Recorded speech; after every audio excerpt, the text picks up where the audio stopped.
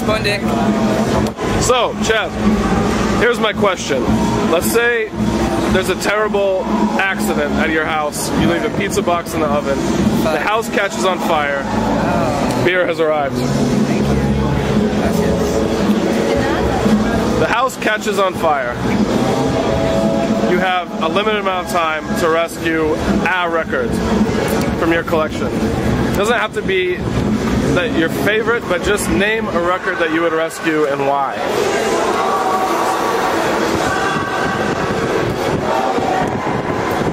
I don't know, man. That's hard. Okay. I guess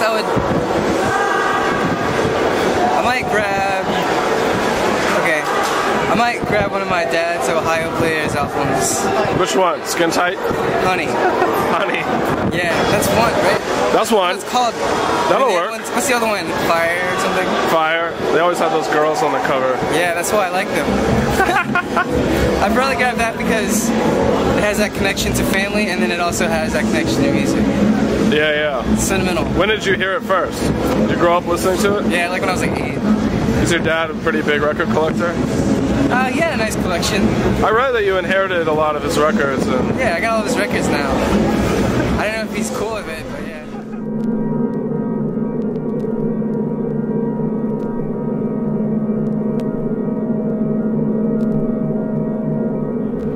Who are you? Benji me. And Benji, where are you from? London, United Kingdom. And where are you right now, Benji?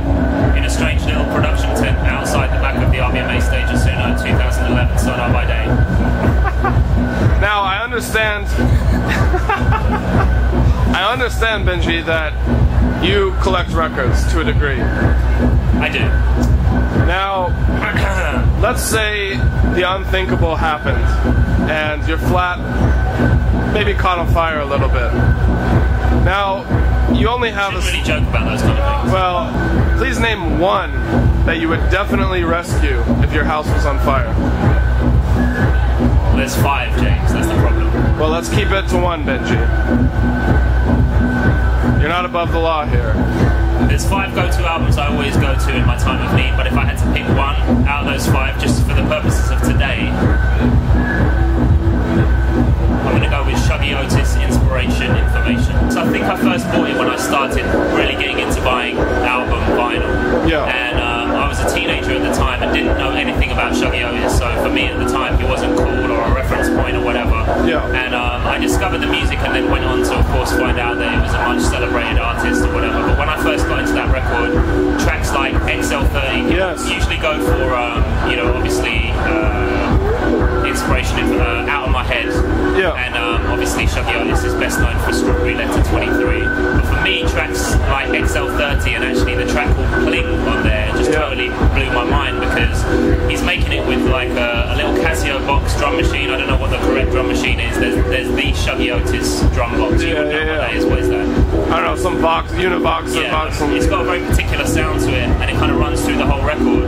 But the arranging on that album is amazing. Yeah. And even though he's best known for his songs like Out of My Head and obviously the guitar stuff, it's the arrangements on that record that totally blow my mind. If you listen to the song Pling, taken off Inspiration, Information, it's got this amazing string part that comes in slowly throughout the song. It's almost like a meditation piece, basically. Yeah. And it's got a really simple little drum pattern, very, very basic, totally instrumental piece of music, a beautiful keyboard line, and then this string sort of arrangement comes in so subtly the whole way through, and then unexpectedly these kind of horns come in right at the end, and in a way, when I heard those pieces of music, it really made me think about arranging in music and how important sort of the arrangement is, not to get too technical, but you know, like the arrangements on that record are totally simple but completely genius at the same time. Right. And obviously it's got a couple of great songs on it as well. So obviously this is the impossible question. I'm not going for the obvious Innovision, Stevie Wonder or Love Supreme Coltrane, because the other thing is, you know that you can pick up an original of that pretty easily if you go to your local record store once you've lost the original. And Shuggy Otis, not so much. It's not so hard to find, but you'd probably be stumbling across a reissue or something like that. So I'd take my Shuggy original. Yes. Shuggy Otis Inspiration Information, I'm going with that one today. That's just what I'm in the mood to listen to right now. Good for airports. Listen to it when you're travelling. When those babies start crying on the plane and you need a little bit of relief, tune into XL30 or Bling by Shuggy Otis.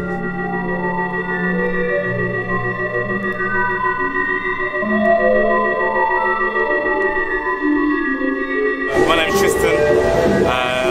Sometimes go by the BPM. I program the Boiler Room in London. It's kind of like a live broadcast, DJs jamming kind of vibes. And you do NTS too? Oh yeah, and I do a morning show on NTS. But I'm doing it from the roof up there.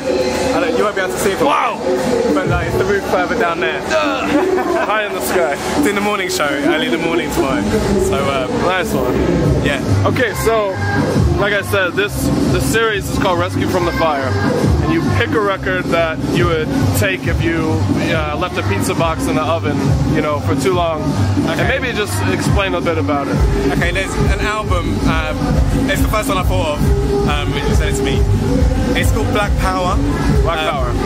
It's quite weird. It's quite, I'm not really into the whole Black Power thing. I'm not like Black Power, but it's like an African record. I think it's Ivory Coast or something. Yeah. And it's got like a fist, and then it's got kind of like mad red colours, and it's psychedelic Jimi Hendrix vibes from Ivory Coast. In the 70s? Yeah, 70s vibe. Fucking sick. It's like the production is awful on it. Like it sounds awful. It's like a microphone hanging from a from a tree kind of vibe. But they were jamming that, and it's really cool. So wait, when did you get this? I was from work. I work at Soul Jazz Records. And yeah, it was there somewhere in the back. Overpriced? Oh, you worked there, so you got the employee discount. So, yeah, well, not only discount, but you get to see the little corners where records have kind of been. Sure. Well, you're going through one of those. like, oh, that doesn't have a map. Oh, what's this? Oh, this looks kind of cool. You know, and that's exactly what happened. I was like, this is a bit militant. It looks a bit militant. Let me check it out, and it was, yeah, it's wicked. Nice one.